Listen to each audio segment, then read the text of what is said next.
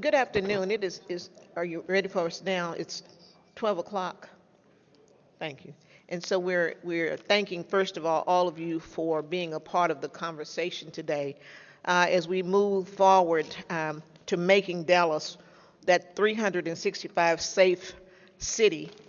And so we're starting out today with a focus on prayer, peace, process, and the people.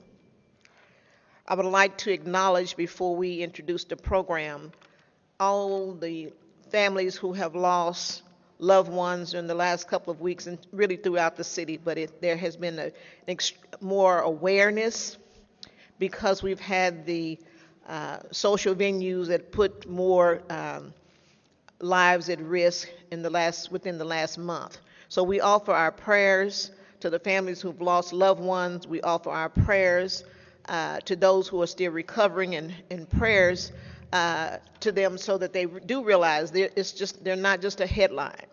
And so today we will follow in this order.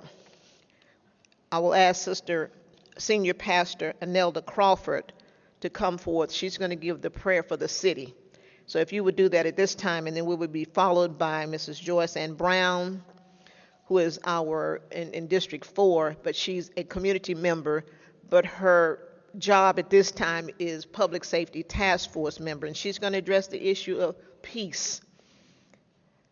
Victor Avilas from the Dallas Cred, the Violent Interrupters, will share his comments regarding his role in the city as we address the need to have a city where we can live, we can work, and we can enjoy. We will also have comments by council members. I see I had one council member to come in because that is our job, and I've kind of moved a little bit ahead of myself, but I'll probably come back. It is our job as council members to continue to be advocates for our communities. The stats that I'm sharing today are not just stats that are in District 4. If you watch the map and roll out of what's going on, it's going throughout this city. I'm here, of course, District 4 continues to be one of those communities where we have a large amount of offenses. And so I thank Mr. Mr. Narvaez for joining us today, and he too will have remarks. So while I'm working through this, why don't we start off with our prayer for the city so that we are timely and we can meet the needs of which we were called here today. Thank you, Councilperson Arnold, for this opportunity. Let us pray. Divine Creator, Maker of heaven and earth, I call upon your name this day on behalf of the leaders of the city of Dallas and its citizens. Crime and violence in many ways has disturbed the peace of our city. It seems people have forgotten or maybe just don't know the value of reasoning together, talking things over to reach a compromise, and each side walking away to live another day. Help all those who use crime and violence to solve their problems to stop before they act and consider the consequences. The consequences to the victim, their family and friends, the consequences to the perpetrator, their family and friends, and ultimately, the consequences of the perpetrator finding themselves in the hands of the Texas justice system. For a long time, life, or even a shorter time, 5 to 10 years, either is too long, Lord. Help them to stop and think to avoid violence and crime. In this season of Lent, as we reflect and commemorate on the life, death, and resurrection of Jesus Christ of Nazareth, I ask that we all consider the life-changing and life-saving wisdom of his teachings. Today, I pray and I recommend that here in Dallas, Texas, every household, every church, and even every school teach the wisdom of Christ. Do unto others as you would have them do unto you. Turn the other cheek and walk away. Forgive as you want to be forgiven. Believe me, these principles are the pathway to peace. In closing, I pray, Divine Creator, that you bind evil where you may find it in our city. Restore our city to peace in our homes, our schools, and on our streets. Restore peace to our city, restore peace to our world. Restore the world as you would have it to be, good in every way. Would all those who would please repeat after me? Hear our prayer, O Lord. Hear our prayer, O Lord. And we all say together, amen. Amen. I also want to acknowledge, and I left them off with my notes, Pastor Wilson, who represents one of the strongest ministerial alliances here in this city. And they've been active in this conversation around public safety. So I want to ask you if you have words you want to share, or you just want to acknowledge the fact that you are here, and they're one of our partners who constantly work with us in our communities across this city. And he's here because he realizes as well, this conversation cannot go silent. So at this time, let me just share a few things before Ms. Joyce Ann Brown comes up, because the question has been asked, of course, of me in District 4, as we talk about Dallas 365 Safe. Within the last few months, District 4 has witnessed approximately 300 aggravated assault incidences. We've had a combined, and I'm combining robberies and burglaries of individuals and businesses, almost 300 offenses. We have recorded about 15 murders. Now, as we move toward the summer months, we have festivities coming upon us with graduations. We have summertime coming, and we actually, and also will have 4th of July celebrations. And we'll be right back to the gunfire. We'll be right back to those disagreements. We will be right back to the question of how do we get here as a city? How do we get here as a community? So I'm here to share with you and underscore, and we hope that the media will get this message out. We must work together to ensure that Dallas is, and I'm underscoring that, it is a city that we can be proud of. It is a city where those who have chosen to live here, we're here.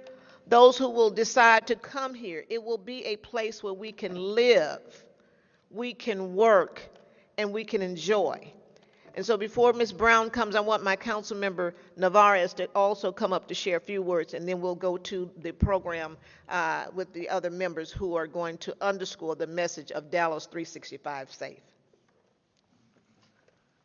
Thank you, Councilwoman Arnold, for bringing us together and for taking this leadership role that every one of us on the Dallas City Council take, but she's taking it to another level. So I greatly appreciate it, and greatly appreciate all the people that have come here to stand together in order to say that we are going to ensure that Dallas becomes one of the safest cities in the nation. We're just coming out of a pandemic, and we know that a lot of those issues have caused folks to get triggered more easily, to maybe not having been around people as often as we're used to, and all of a sudden we're back together again, and folks, their wires are a little short, right? And so what I want to bring today is that for the people out there is to use this phrase or this word, HALT, H-A-L-T, when you are thinking that you're about to do something that is not good. And what does HALT mean? Is to take a step back, halt, and decide what's causing you to be upset. Are you hungry? Are you angry? Are you lonely? Or are you tired? And can we get those things fixed for you before you make a choice that can cause you to change your life for the worst part, not just yours, but somebody else's? We don't want anybody assaulted. We don't want anybody killed. but let's figure out what is causing and triggering you to get to a point where you want to lash out physically upon another human being. And I want to thank our violence interrupters that are here today, because they know these actions and they know what can happen. And those of you who choose not to halt, who choose to use violence as your mode of justification, I want you to know that our Dallas Police Department, they will catch you, they will find you, and they will bring you to justice. We don't want to have to bring people to justice.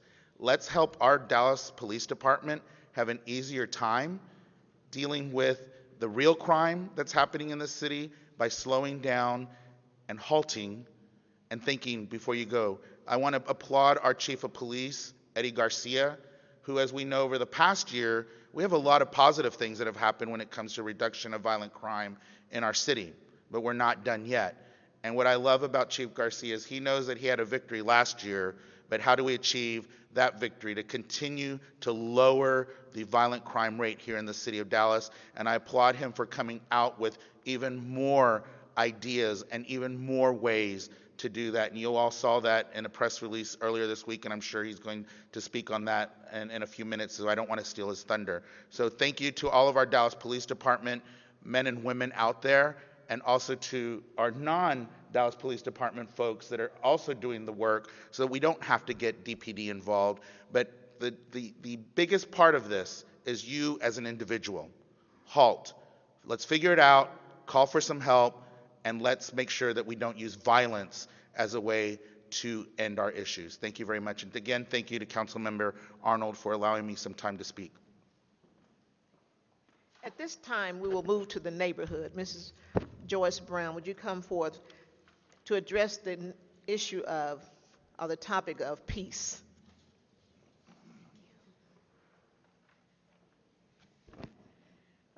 Good afternoon. My name is M. Joyce Brown, and I have been a resident of Dallas for more than 45 years.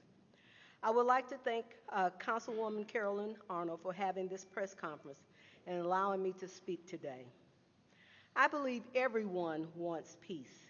Peace in our families, peace in our relationships, peace on our jobs, peace in our neighborhoods. In 1991, when Rodney King, who had been a victim of police brutality, which started riots in Los Angeles, California, he held a press conference. He asked the public, people, I just want to say, can't we get along? Can't we get along? He wanted peace for his community. And we pray for peace. All the time we're praying for peace. So what does this peace look like for Dallas? What would this peace look like for my neighborhood? For my neighborhood, I would have peace if I didn't have to worry about my automobile being vandalized or stolen when it is parked in front of my house. I would have peace if I didn't have to worry about stray bullets from random gunfire coming into my home. I would have peace if I didn't have to worry about my home being burglarized when I was away. I would have peace if I could walk my neighborhood without having to worry about being harmed.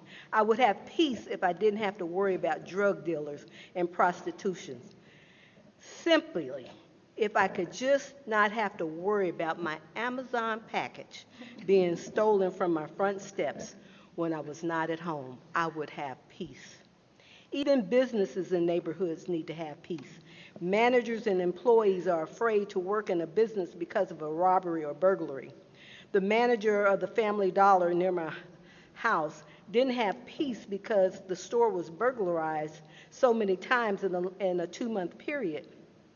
The manager said she couldn't sleep because she didn't know if she was going to get an early morning call from the police saying that the store had been burglarized. What can we do to bring peace into our communities?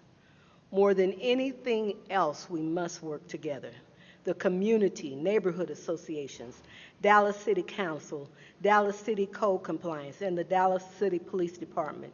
We cannot wait for someone else to take care of it. Dallas has a population of more than 1 million people, and many of us need to get involved to bring peace to our community. It's going to take all of us to work together to bring peace. So how do I know if involvement will work? Because it has happened in my neighborhood. I mentioned earlier about Family Dollar being burglarized. They were burglarized so many times it looked as if Family Dollar was going to close the store.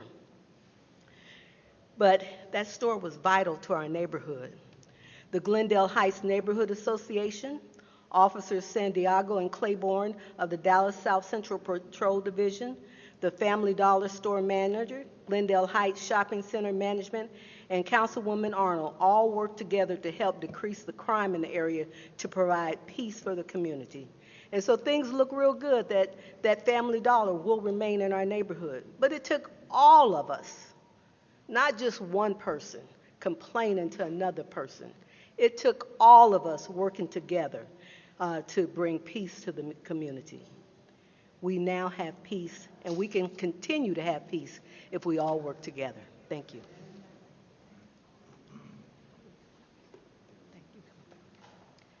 We will now hear Mr. Victor Alvarez. You want to come on up? Big Milk. Also to come up to address the issue and their role that they're playing in Dallas as it relates to violence interrupters. Yes, ma'am. Thank you. Okay. And I have council members. I would like for you to also come up if you want to flag us on each side or both sides, however you want to do it.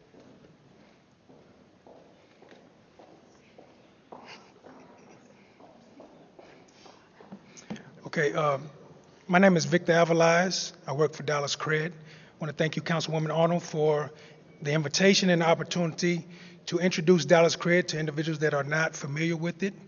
Dallas Cred is a violence interrupter program that works in 4 areas throughout the city of Dallas that has the highest rates of violent crime.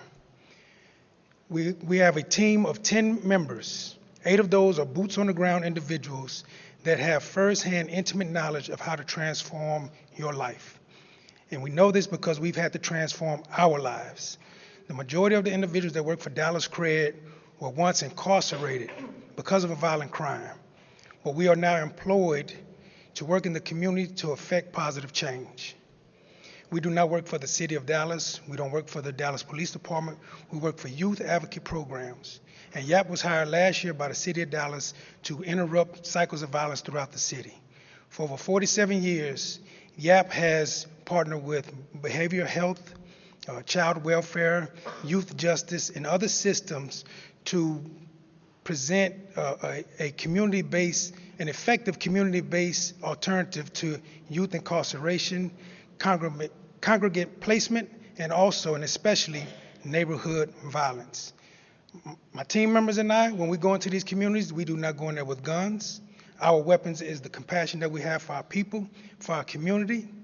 It is the cred that we've built up in the community through the work that we've done and from being from those environments.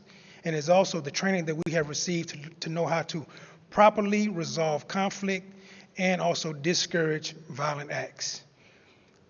The artillery that we use comes from our hearts. This is something that we do that allows us to go into the communities unarmed in order to identify individuals that are prone to acts of violence, work with them, network with them, encourage them, and empower them to start to utilize tools so they can start improving their quality of life, while also encourage them to come onto our caseload so we can start building a full toolkit so they can improve not just their lives, the lives of their family, and that of the community. And each client's toolkit is different from one another. The toolkit may include the older inactive gang member still in the neighborhood that likes the work that we're doing and also serves as another mentor. It may include the partnerships that we have formed with Muslim Alliance for Black Lives, local churches, Dallas County Health and Human Services, and also the council members that sponsor community events within their district to offer resources. And it also, one of the resources that we have is a partnership with the barbershops. When they open up their doors, they provide free haircuts to the men and women in the community, while myself and Major Quigg of DPD, Community Outreach Division, we have these quote-unquote barbershop talks so we can try to foster positivity within the community. Lastly, I want everyone to know and understand this. All of us with Dallas Cred, we feel every violent incident, we feel every shooting, and we especially feel every loss of life by an act of violence. We know this pain intimately. We know it 100%, and we feel that. But we also know that we are part of the solution to eradicate violence throughout the city of Dallas, because we know that we feel a void that is missing not only in the communities but in the lives of residents within those communities. And you can count the data, you can count all the numbers when a crime happened, but what you cannot count is the work that we have been doing since we've been working in the city of Dallas, going into these communities, networking with individuals, and encourage them to make a better way for themselves and for their lives in our community. Again, I want to thank Councilwoman Arnold. I will ask that we all please, before anything, keep the victims and the victim family members in your hearts and in your prayers as we continue to move forward. Thank you.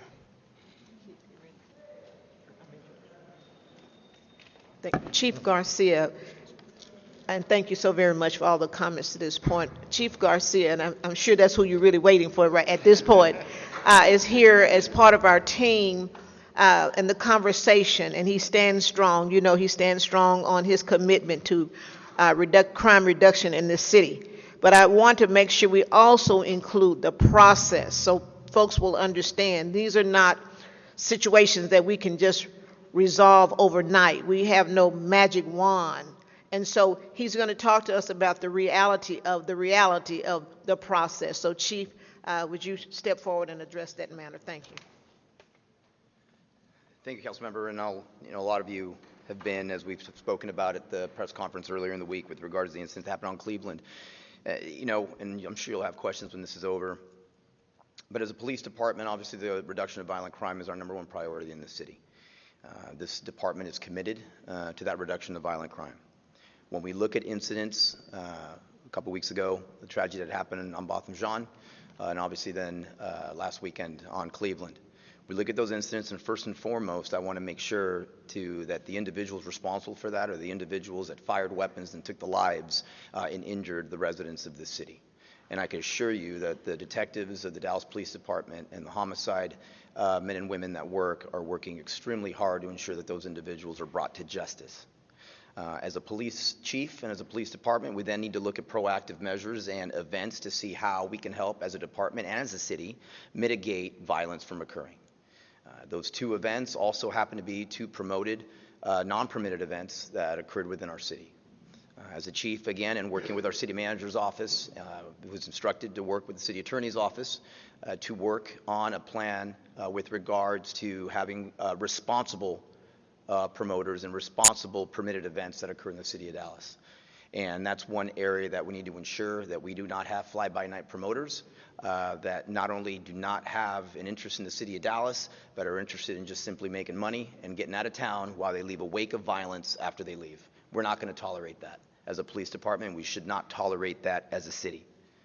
As a police department, we cannot do this on our own. We have never done a touchdown dance from last year's reductions that not other major cities had seen. We're nowhere near where we need to be. But as a police department, we need to call it. I'm glad I'm part of this because it's all of us together that will take to continue this reduction of violent crime. We are committed to this effort.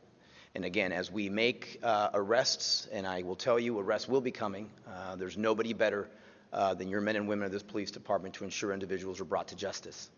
And so whether it's promoters ordinance and making sure that we have responsible promoting events, the bottom line is to also weed our community of the violent criminal element that exists that continues to prey on the residents of our city and oftentimes our most vulnerable. Thank you. Thank you. The next portion of the program is that of the people in our community, and we've asked two individuals, Ms. Diane Gibson, who represents community courts. It plays a very integral part in giving some of the opportunity to some who have been caught up, an opportunity to pay back and reinvest their time and energy. And we'll also hear from Ms. Tony Brinker, who will be our last speaker on the people and the people here in the city of Dallas and what it means to be a citizen and a resident in the city of Dallas and how we can achieve just the one unity. And it is about work. And after that, there are some council members who have joined us. And if they have any comments that we're going to ask, if you have some, we could do that after Mrs. Tony Brinker. But before questions, just know that you will have time to give questions to any of the members here on the here in the flag area. So this time it's Diane Gibson, you're moving here, and then Ms. Tony Brinker. Thank you. First of all, let me say thanks to everybody that came out. Thank you, Councilmember Arnold. Thanks to all of our city council. Now, you guys, I'm going to stand back because I have a built-in microphone, okay? So I'm sorry. That was my gift in life.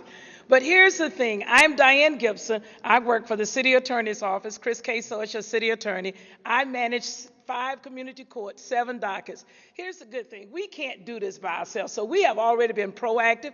We have met with Dallas Police Department. We have met with our council members. We have met with Creed. We have met with everybody that we could meet with, okay? We have met with Park and Rec. We have actually met with Code. I can't name them all. Y'all forgive me. But we have already met to see what we can do. And Councilman Omar, I love HALT. Because guess what? We're working with all the faith organizations. So if you need free food, Community Court is a one-stop shop. We got you. If you need your rent and utilities paid, we got you. If you need to go find housing, we got you. If you need to actually do community service in lieu of finding court costs, we got you. If you need to actually go from a federal level to county level and to a JP level, guess what? We all meet quarterly. We have quarterly team meetings with every level of judicial. So guess what? If you come to our court and we find out you have county tickets or you have other tickets, we can actually help you and work with those other courts and build that partnership so you don't have to have additional hardships. So those are things we're doing. The good news is you do community service. What are you doing? We're painting houses. Thank you, Carl Simpson. We're doing that. We're picking up trash. We're doing all of that. This Saturday, we're actually having court. So if you don't want to take off from work, come to court on Saturday from 9 until 1. Also, we're doing a big cleanup too. So we're doing that too. If you need something to do, we partner with Mark Cuban and his nonprofit. We have summer jobs with Park and Rec. So we are trying to find something.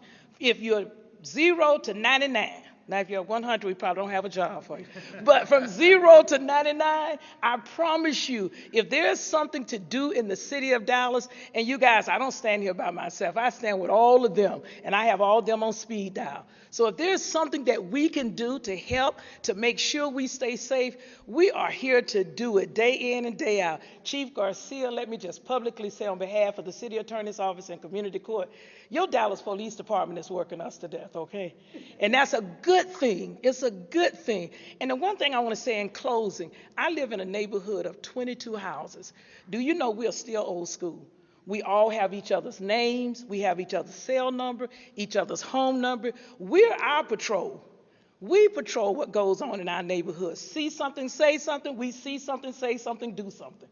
That's what we do. And if everybody just take it upon themselves to do that, we could make their job easier. We could make the council people's job easier. But the good news is everybody you see standing up here is your backup. And we just want to say thank you. Thank you, Councilmember Arnold. Thank you to the City Council for taking the lead on this. We love you and we appreciate you.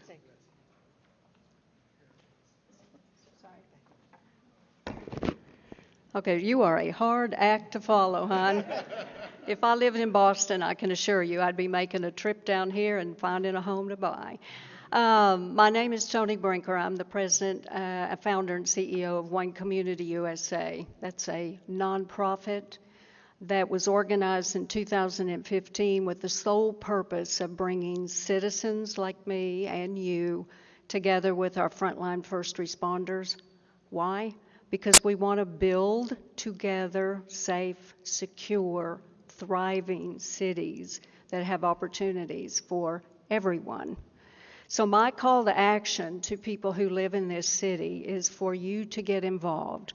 We have a gorgeous city. We have a wonderful city. We have an outstanding mayor. We have an incredible police chief, and we have got an awesome city council. They can't do this by themselves. For those that don't understand how crime impacts a city, according to FBI and the Pew Center, the crime will drag down a city 8.9% of their GDP. That's a huge number. So working together through programs that actually bring people together, but not just to talk, because after a while it's the same thing. A year later it's the same thing. Nothing gets done. You have to have action. That's where Dallas Cred comes in. They have cred on the street.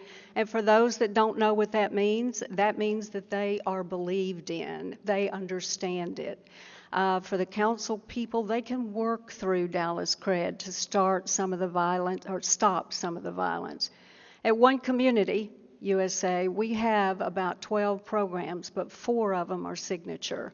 One of them is a reentry and diversion program that I'm working with Chief Garcia on, and that's to integrate people back into this community who, by the way, are coming back every day and in the scores.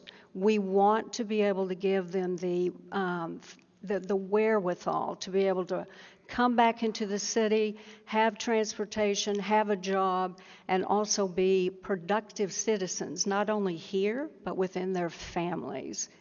We also have a barbershop program that we're working with Chief Garcia on, and Major Quigg, and Manager Munoz, and Urban with Dallas Craig, and that is to help support those brave individuals in areas of concentrated poverty who have taken the option, taken the flag, and said, I'm going to start my own business. They deserve our support. We don't want them shutting down at 5 o'clock in the winter, particularly if you're female-owned, because you're too scared to walk to your car. That's where Dallas PD comes in. So bringing our first responders into those businesses and having those hard conversations that people typically turn and run from is important. But then you do the action, then you have the events, then you bring people together, and then all of a sudden, no one cares what everybody else looks like. They don't care what zip code you look in. They just know that we're here to help. Dallas Police Department cannot make this city safe by itself. And citizens, I have news for you. In the community, you can't do it by yourself either. It takes both of those groups to come together. So think about people coming in on the reentry side. Think about our minority-owned businesses as well as other businesses in the city.